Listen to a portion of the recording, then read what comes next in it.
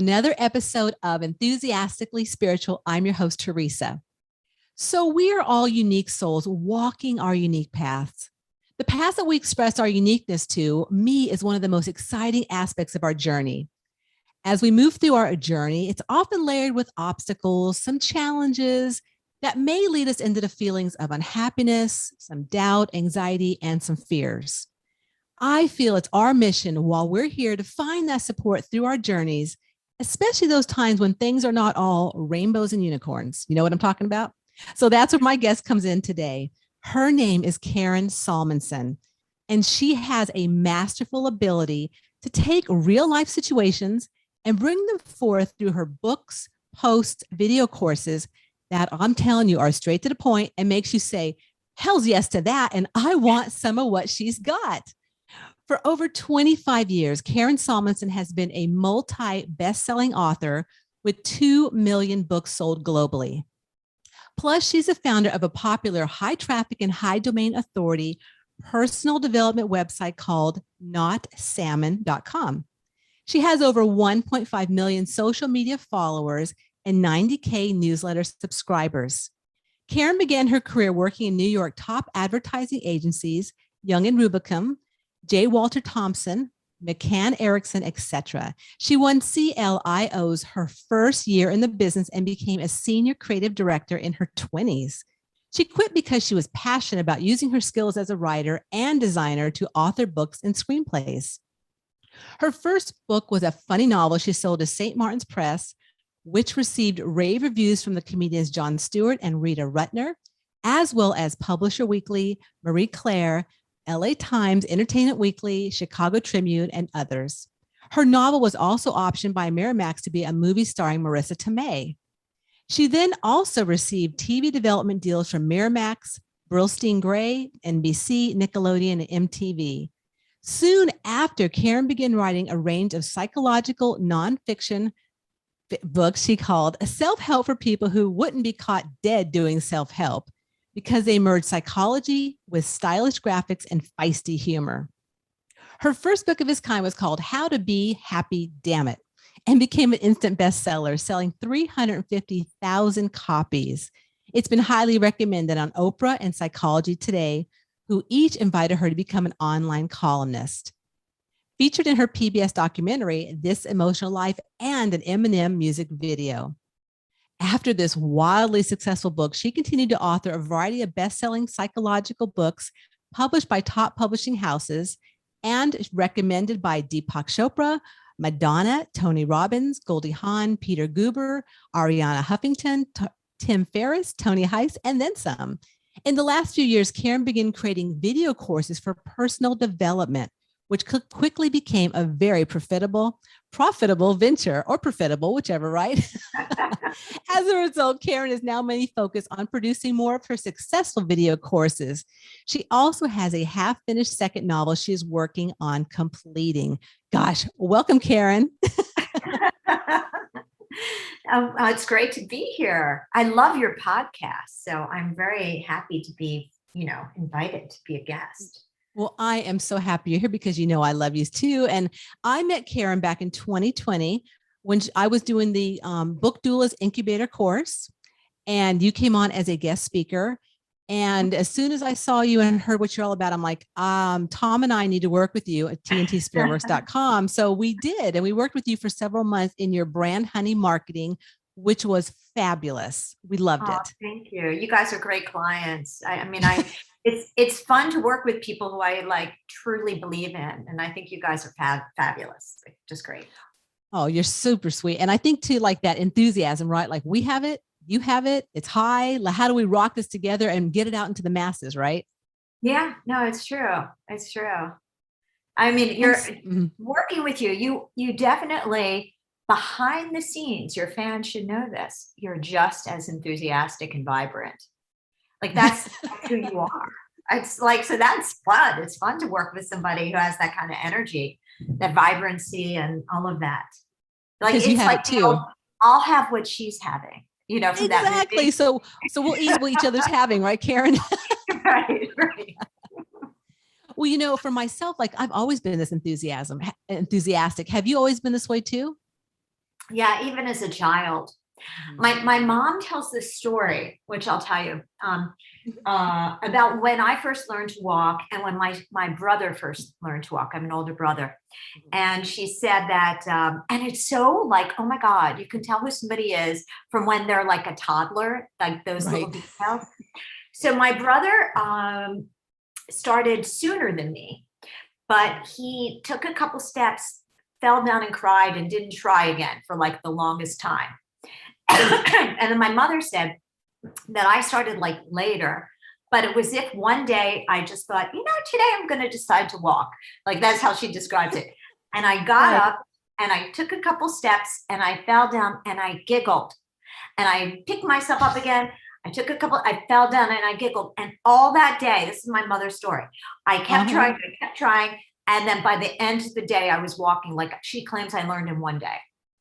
You know what? That doesn't surprise me. With your energy, that does not surprise me. Yeah. And I kind of feel like that fits me still, falling and giggling, but sometimes delaying doing something. And then when I do it, I'm like, I'm all in. That also. Exactly. Well, the one thing that I find so amazing with your work and what you bring forth is the savviness, the feistiness, the words. I mean, like you just cut right to the chase and go, hey, this is how it is. And sometimes it can make you laugh and sometimes it can bring you to tears or you go, my God, that is so right, Karen. Well, thank you. Yeah, I'm a feisty one. You're a feisty one. So let me guess, what were your first words in that, quirkiness? You probably came across and said, damn it, Mom, what are you doing? Or I don't know. Well, actually, I don't know if I said that. Maybe some of my feistiness is, I don't know, but this is like a therapy session, but I grew up in a kind of conservative household. I don't think I was allowed to say damn it. Mm-hmm. So, but my first self-help book, How to Be Happy, Damn It. And that was before there were curse words on self-help books. So that was also like extra daring because now, I mean, people have all kinds of naughty words in their self-help book titles, but that book, How to Be Happy, Damn It, came out like in the year 2000. Wow. And my agent thought I was like, what? Damn it. But I'm like, go with it. And then we sent it out. Yeah. Bestseller. And it's at, real life, like there's no fluff to it. Like, hey, this is how it is. That's kind of how I write. And that's how I talk. That's who I am.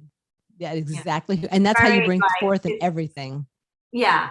Very direct, tough love, but with love, that's how I talk. That's how I am. That's how I write. Yep. I love it. It's funny because I have one of your books here called Instant Calm.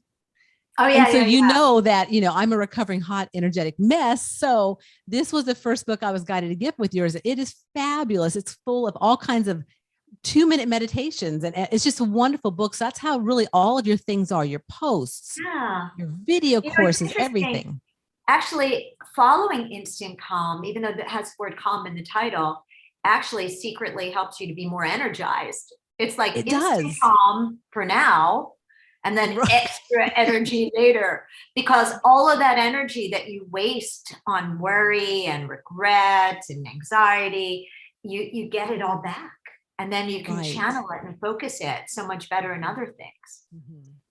And so with all the advice you give through your posts and through your books and your video courses, I mean, is that from real life experiences? Is that things that you've gone through that you're bringing forth, wisdom and how to do this better than I did? How did you come up with a lot of these ideas? Yeah, well, I definitely am transparent in that I write a lot about things that I myself have struggled with.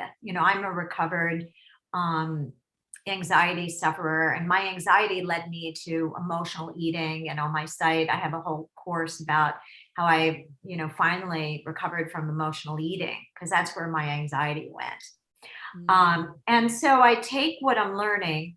So what happens is I hunker down. I'm like, and one of my books is even called Enough, Damn It, but I kind of think to myself, enough, damn it, and then I go on this, like, I'm a curious person. I love research. I love research studies. So my books are, even though they have like, the feisty humor and everything in it, they're full of a lot of research. I love research.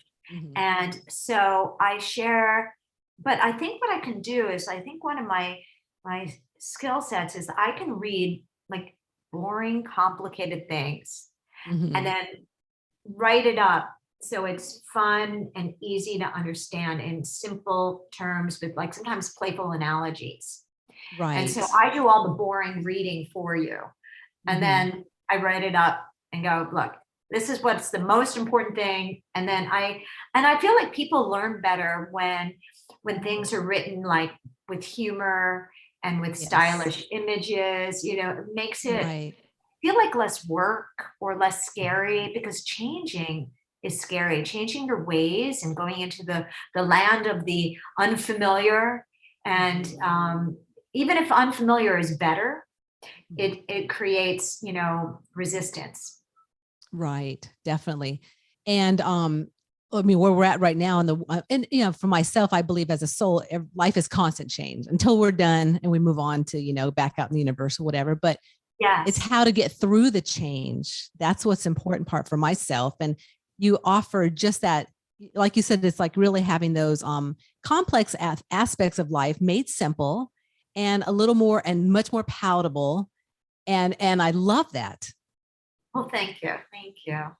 Yeah, it really just it brings forth so much depth to what you're offering, but yet it's not complex. And I think today's world is so complex, and there's especially the internet and everything going on social media. There's so many avenues that you can explore. So for myself, I always come back to, okay, let me keep it simple. I always say it's a kiss. It's keep it spiritually simple, since I like Yeah. to work a lot with my spiritual part. So that's my big motto, is keep it spiritually simple.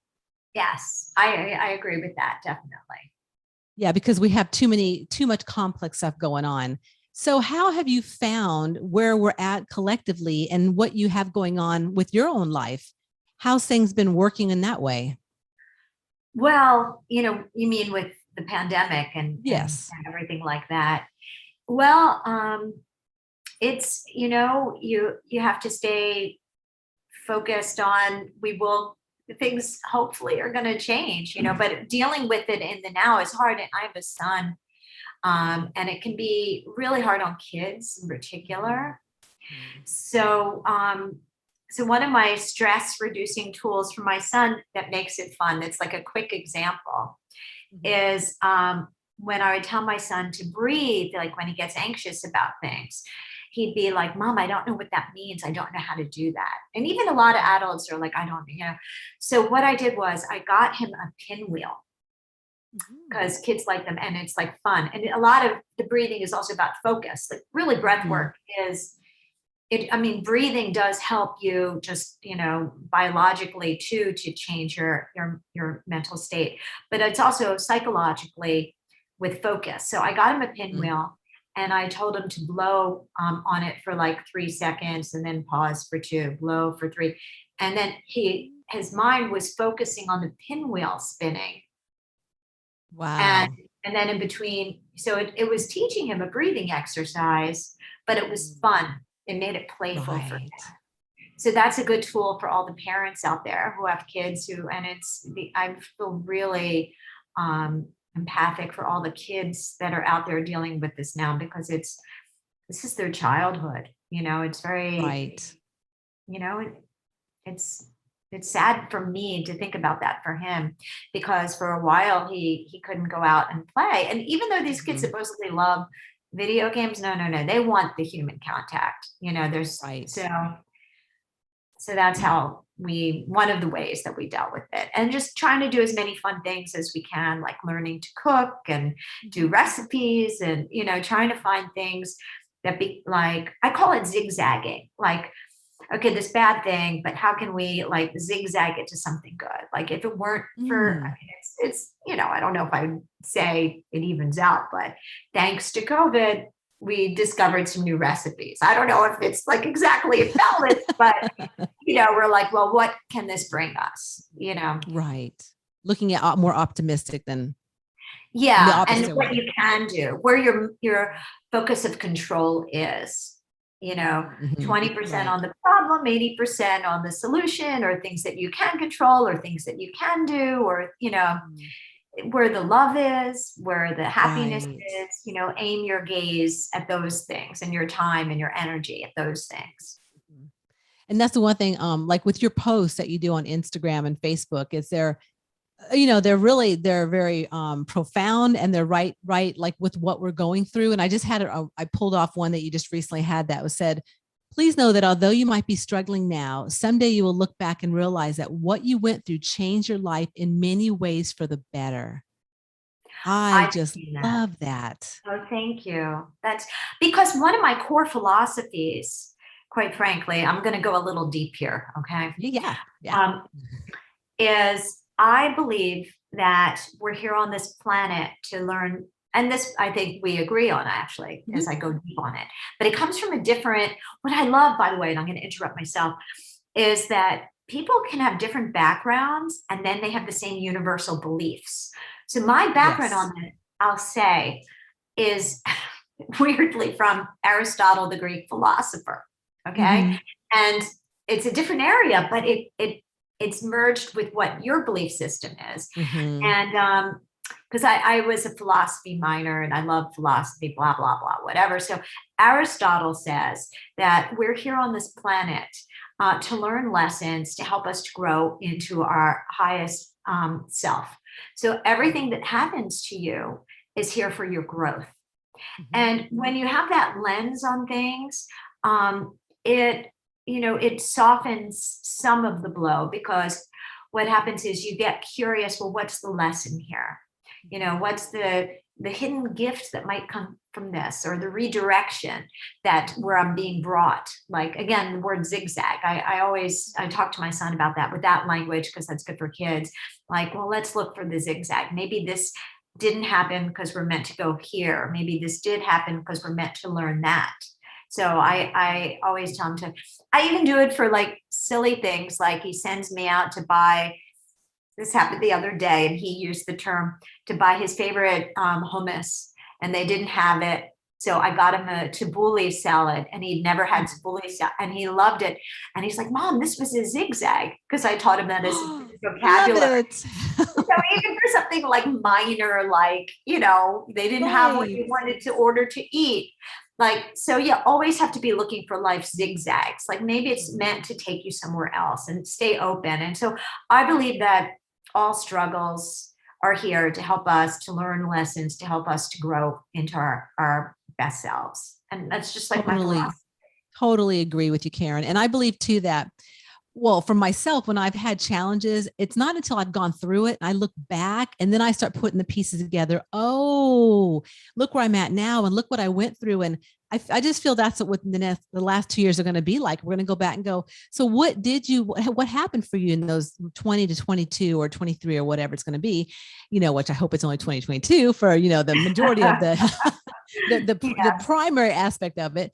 But yeah, looking back and going, gosh, life is a gift, and it's how you unwrap it. It's how you look into the present moment, what's going on in your life. And I know a lot of people have had some real challenges, but again, like you said, it's the zig and the zag. Like, okay, so what happened from those challenges?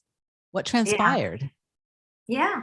So that's when you have that lens,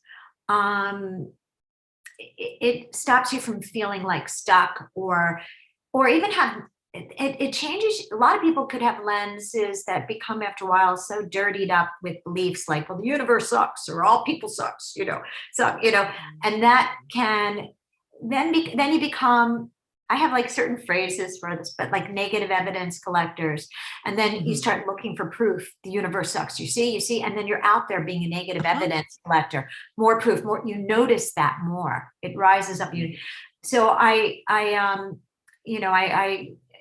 it's better to be like a positive evidence collector. So with the lens of this, how is this helping me to grow? That's what your focus is looking for. You become an intentional positive evidence collector. You become curious to look for the lesson. That's where your gaze is looking. I love that. And so I believe that we're all energy, and everything's energy. So our thoughts are energy, or our feelings are energy. And so whatever we're feeling inside, that also mirrors on the outside. And like what you're saying, we really all say the same universal truth. We just have a cool variation of how you come across and say it, and how I might come across and say it, but it's all the universal truth. But it's important things to understand, especially for our journeys. Definitely. Agree completely. and especially teaching our children, because I agree. So I believe that as souls, we come in at certain times. And like these new souls that are coming in now are like, and you're like, even Ari, I mean, you know, the age he's at, they're warrior children. I mean, they're here to help change the world, help make it a better place. And even in the midst of all this going on, they're here for a reason, just like we are. You know, it's pretty amazing to be here right now on this planet when a lot of spiritual people are really in the belief that, you know, we're elevating our energy, we're moving up a different level, where I'm not ascending, but, you know, just the energy is shifting. And so it's actually an amazing time to be here. And there's going to be some amazing things coming out of all this really crumbling of maybe things didn't work for us for so long. It's time to change to something different. I absolutely agree with you. Absolutely, completely. Because sometimes people don't change until there's crisis pain. And the world is in crisis pain because change is so scary. So they wait for things to get really bad to put in the effort of change. And that, I think, is where the world is dealing with crisis pain. Then becomes what I call crisis fuel. It fuels you. Like, you know, it's like, again, like the word enough, damn it. Like, enough, damn it. And then you're like, you're ready to change. But yeah, like, I'm not taking any more, enough, damn it. Yeah. And I feel too, Karen, like right now it's about, you know, not only supporting people, but giving them hope. And that's what a lot of your posts do, your courses, your books. It really gives people that hope and that support to in different ways. Cause I mean, some people like to read, some people like to, you know, cause your courses are amazing. I did the eating one, the stop emotional eating. And that was just so fun. And you have a new one that just came out, right? I do. I have one on develop stronger intuition, which again, even though you and I come from maybe different like backgrounds, there's so much there that I know that you would really relate to about how to build up your intuition. Because as I get older, I listen to it more, and it's like there's, you know, you look back and you think like, I knew it back then, you know, and you don't listen to your intuition. And so I really started to focus more on building up my intuition and listening to it more. And so I share everything that I did that helped me and continues to help me. That's wonderful, because that is a big deal. And for myself, one of the key universal truths is that you're free as a soul. And that freedom comes with being able to tap into that intuition, being able to go, what am I feeling? Oh my God, that doesn't feel right for me. Well, why doesn't it feel right for you? And finding those answers for yourself. That's what I like about the work that Tom and I do at TNT Spirit Works, is that, you know, it's really also about finding your own answers. Here's what you have inside of you. Here's how to open it up. Now go find your answers. So. Right. Where you become your own guru, your own best expert opinion. Without a doubt. Yes. Well, Karen, it has been so fun. I want to leave with one of the posts you had recently that I just love. So here's what her post said. Message from the future you. Spoiler alert, it will all be okay. Future you. That kind of sums up where we're at, right, Karen? Abso-freaking-lutely. Without any curse words, abso-freaking-lutely. And I just love you so much, Karen. I'm so happy you took the time, because I know you are a darn busy woman and have lots to do. So I so appreciate you coming on, sharing with my listeners, and all of your information will be in the show notes of how to pick up a beautiful book on Amazon, how to pick up one of your amazing courses. Even the intuition one sounds amazing. And check you out on Instagram, because my God, every day it's like you have so many amazing posts. So I'm just so thankful for you, Karen. I love you so much. It's mutual, completely mutual. Mwah. Mwah.